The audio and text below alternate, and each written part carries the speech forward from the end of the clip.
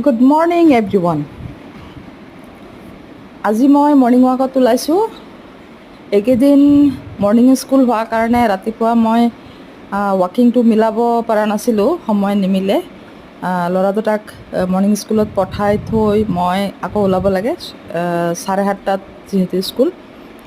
এতিয়া গৰমৰ বন্ধ দিলে 1 তাৰিখৰ পৰা। এতিয়া মই আকৌ আৰম্ভ কৰিলোঁ। 5:30টাতে মই ওলালোঁ।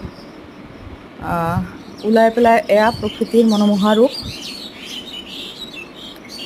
মনটো কিবা ভাল লাগি যায় খোজকাঢ়োঁতে, আৰু চৰাই চিৰিকটি, ফুল, গছ গছনি এইবিলাক চালে মনটো বহুত নিৰ্মল পবিত্ৰ যেন লাগে। আপোনালোকে ভিডিঅ'টোত শুনা পাব চৰাই চিৰিকটিৰ চাউণ্ডবিলাক, আৰু নতুনকৈ ফুলা ফুলবিলাক কি ধুনীয়া। আচলতে মৰ্ণিং ৱাকে খালি ফিজিকেল বেনিফিটে কৰে এনেকুৱা নহয়।